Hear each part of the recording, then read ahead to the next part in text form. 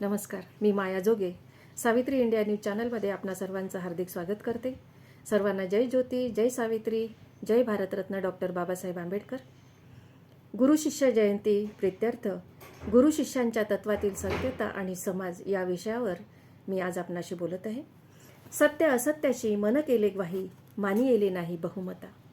हा संत तुकाराम महाराजांचा अभंग विवेकाचा आणि आत्मविश्वासाचा संदेश देणारा आणि हाच संदेश घेऊन पुढे क्रांतीसूर्य महात्मा ज्योतिबा फुले आणि सावित्रीबाई फुले यांनी आपल्या शिक्षणाचं कार्य पुढे केलं.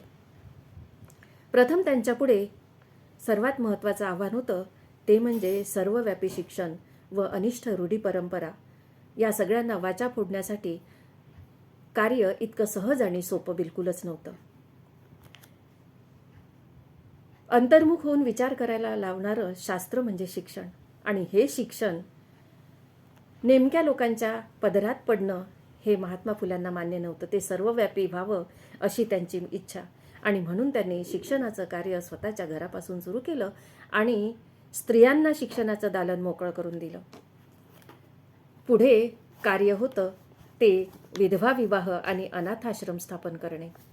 जनजागृती, संघटन, वर्तमानपत्रे या शस्त्रांचा वापर करून कुशलतेने त्यांनी आपला मार्ग सुकर केला आणि त्यातूनच सत्यशोधक समाज उदयाला आला.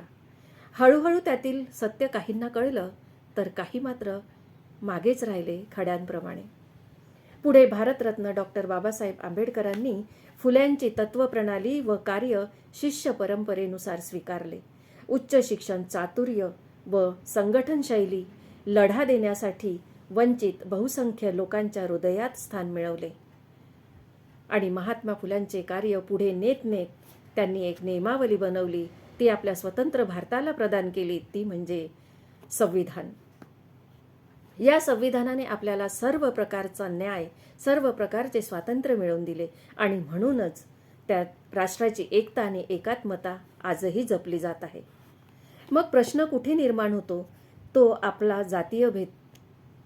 14 एप्रिल कार्यक्रम हा आपला नव्हेच, 11 एप्रिल कार्यक्रम हा आपला नव्हेच असं म्हणण्यात त्यांना काहीही वाटत नाही, कारण ते अजूनही जातीयतेमध्ये गुरफटून आहेत.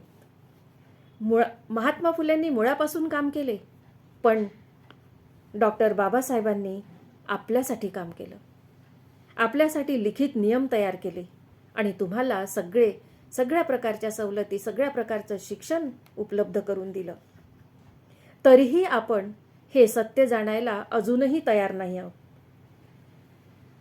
म्हणून आपण खऱ्या अर्थाने आजही स्वतंत्र नाही आहे, हेच तेवढंच सत्य. पण हे सत्य ज्यावेळी सगळ्यांना कळेल, सत्य लोकांच्या मनात उतरेल, तो दिवस खूप मोठा आणि खऱ्या अर्थाने स्वातंत्र्याचा ठरेल, समतेचा ठरेल. आणि हीच अपेक्षा ठेवून आपण पुढे जाऊया. धन्यवाद.